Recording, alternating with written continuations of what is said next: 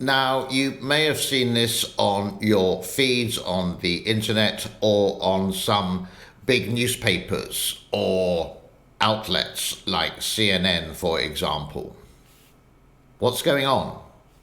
Have a look.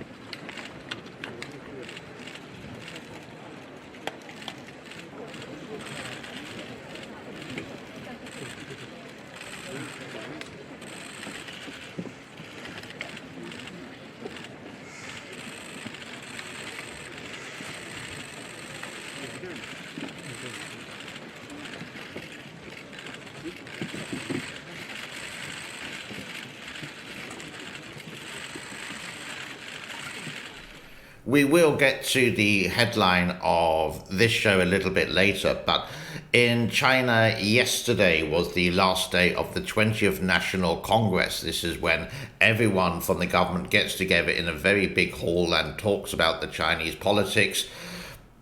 Xi Jinping, the leader of the party, will just speak and everyone will say, yes, yes, yes, wonderful idea. But sitting next to him is the former dictator, leader of the country, Mr. Hu. And he was escorted, or he was taken out, or he was brought out of the National Congress, which you've just seen. What was going on here? Well, the official report, you could say, was from a Chinese media outlet called Xinhua News, saying he wasn't very well. And that's sort of like believable in one way or another. But if he was actually feeling very ill, how did they know? These two people came from the sides of the stage, so to speak, and one of them was actually Xi Jinping's bodyguard. And the other person on the right-hand side of the elderly gentleman, I think he's about 79 now, is, we don't know at the moment. So what was going on? Well, some people say he was purged and saying, time to leave. Some people say he was ill. There's a lot of secrecy going on, and I would just like to know your comments of what you think. What happened yesterday. Very interesting and very strange in a perfectly orchestrated movement or party congress, so to speak. I did also mention that this is a time when Xi Jinping would do his next 5-year plan, for example, and this is how they agree 100%. Now, the Communist Party lives in corruption and lives in fear. If you actually said no in the clip I'm going to show you, your life would possibly change forever. You would be found and done for corruption, and you would be purged. 没有，没有，没有，没有，没有，没有。弃权的请举手。没有。 When I mean purge, it's obviously you get taken away from the Communist Party. So what Xi Jinping did, he announced that he did like a cabinet reshuffle. Some people stayed and some people were moved on. There was a new person related to the big corruption in China. But this is the whole thing. The biggest corrupt person is Xi Jinping. Way back in 2016, people seem to forget the Panama Papers, where he was caught red-handed, indirectly dipping into the honeypot of the Chinese wealth. Away from the party, we'll be coming back to that a little bit later on. The headline is the Three Gorges Dam booby traps. And I just came up with this actual theory yesterday related to what's happening in the situation in where you can see on the map there is a big hydroelectric power station. Now, they say, and these are non-confirmed reports, that this hydro dam basically has got some booby traps in it related to what's going to happen. And you may know the news, or you may not know the news, that the Russian government has actually threatened to blow this dam up, basically. And if they do, they're going to flood the whole of that area.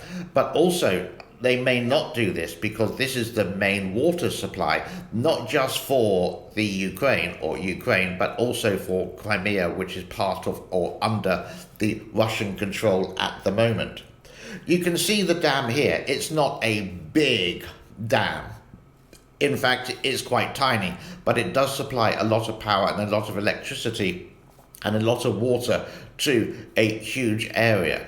Now, do you think the Russians would blow this up because this would destroy a lot of water supply for Russian-controlled Crimea?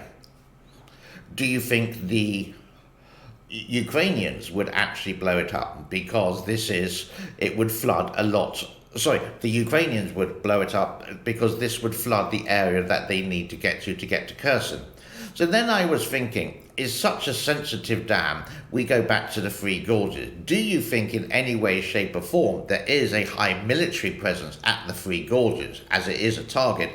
Do you think it's booby-trapped any way, shape or form? So if anything happened, they could actually just press a button and maybe it could be partially destroyed or whatever, the whole situation. And what about other dams around the world as well? Not just what we talked about. Maybe the Hoover Dam, I know doesn't have much water around it with Lake Mead at the moment, or some other big dams in Pakistan or Brazil. Do these have booby traps in them just in case something happens? It's sort of interesting, and I may be talking absolute nonsense, but it's just maybe you could put it into the category of a conspiracy theory. Let's take a break. I think a couple of days ago I did mention China's pathway to poverty eradication, and you can see this graph here that it says in 2020, zero poverty in China. So eradication and zero mean no one. Absolutely no one. And a lot of the people would actually advertise this by showing clean streets and everything. You can do the same in any country, and even I've done it in this channel as well, where I showed China and showed a lovely place in Beverly Hills in Los Angeles.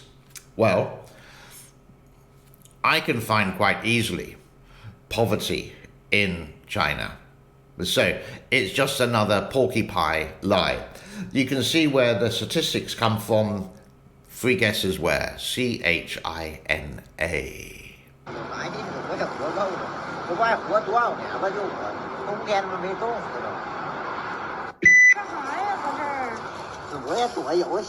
In this 20-party congress in Beijing over the last 5 or 6 days, he mentioned zero COVID once more, and it's all for public safety, and seems not to care about the Chinese economy.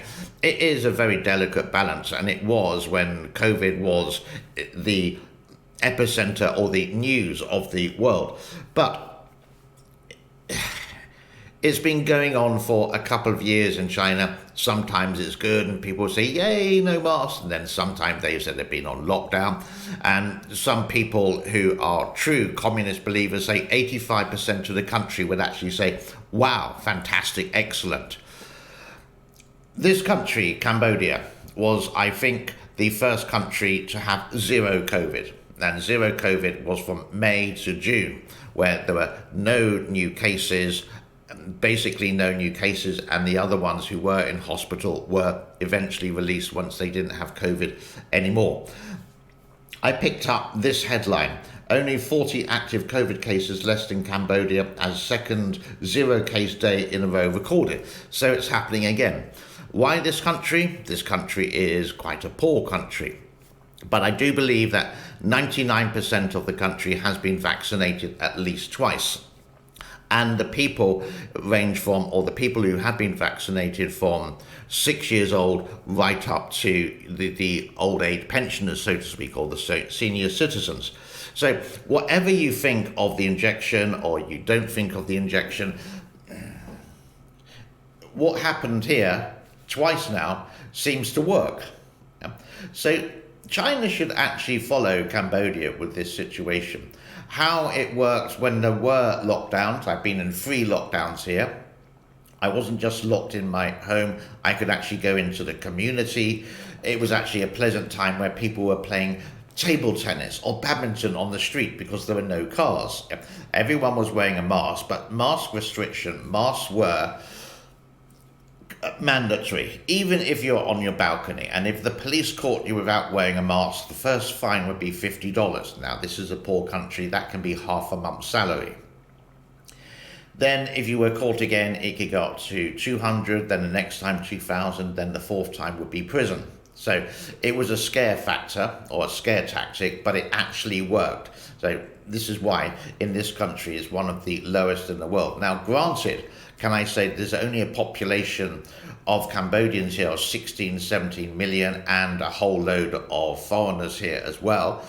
And most have been vaccinated. So well done, Cambodia. And if you want someone to follow, if any leaders of the world are listening, I doubt it very much, then just look at Cambodia. Don't look at the big countries, look at this one, because it really has actually worked. But COVID hasn't finished. It's still there. So it's sort of like well done twice, but still to be aware. And they occasionally do some pushes here in Cambodia related to the 3rd, 4th, 5th or 6th dose of the vaccination for COVID. Now I need another break. I'm doing lots of talking today, aren't I? And that is it for today, Sunday the 23rd of October 2022. Like, subscribe and share would be absolutely fantastic from everyone on the team. That would be me today. Have a epic day and do check out some of the videos that I'll be showing just in a moment or two on some thumbnails that you can click. Bye bye for now and thank you.